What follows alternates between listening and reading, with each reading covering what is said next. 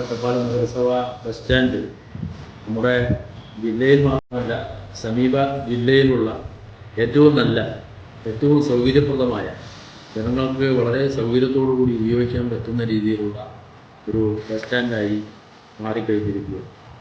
ഏതാണ്ട് 20 കോടിയോളം രൂപ അതിനുവേണ്ടി നഗരസഭ ചെലവഴിച്ചിട്ടുണ്ട്.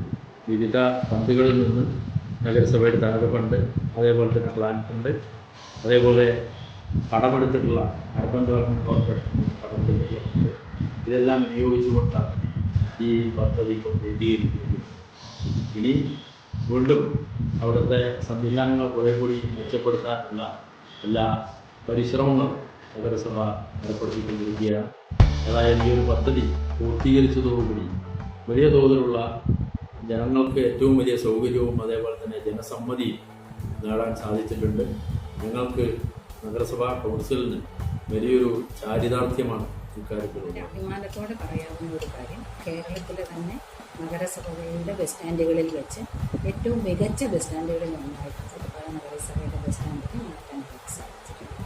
ഏകദേശം 110 റൂമുകളോളമുള്ള 2 നിലകളിൽ പ്രവർത്തിക്കുന്ന വലിയ ഒരു ബസ് സ്റ്റാൻഡ്, അതുമായി വലിയൊരു ബസ് സ്റ്റാൻഡാണ് ഇത്.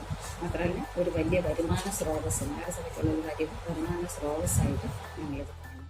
വണ്ടികൾ തിരിക്കാനും ഇവിടുന്ന് സ്റ്റാൻഡിൽ നിന്ന് പോകാനും ഒക്കെ ബുദ്ധിമുട്ടായിരുന്നു. അപ്പം പിന്നെ ആ പ്രശ്നമല്ല.